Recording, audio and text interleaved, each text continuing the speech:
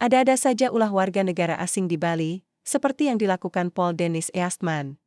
Bule ini mengamuk di sebuah vila wilayah Banjar Asemankawan, Desa Tibubeneng, Kecamatan Kuta Utara, Badung, pada Kamis 30 Mei 2024. Bule Amerika Serikat tersebut merusak barang-barang milik karyawan vila. Ternyata, itu dilakukan karena WNA tersebut ada masalah dengan pacarnya.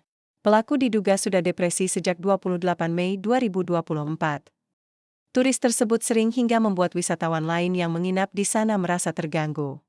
Sukarma mengatakan, bule itu mengamuk dan melempar sepeda motor Honda Scoopy milik karyawan vila bernama Iputu Agus Wiryatara Pramana. Hal ini terjadi bermula ketika Agus Wiryatara tiba di vila sekitar pukul 9 WITA. Tanpa banyak bicara, turis itu menghampiri Agus. Diajak ngobrol malah marah-marah hingga melempar sepeda motor serta helm korban ke got yang ada di sebelah barat vila. Bule itu kemudian menghampiri karyawan vila lainnya bernama Iwayan Agus Sutrisna. Tak sampai di situ, Pol lantas masuk ke vila tempat karyawan bernama Memuntaifin sedang bekerja.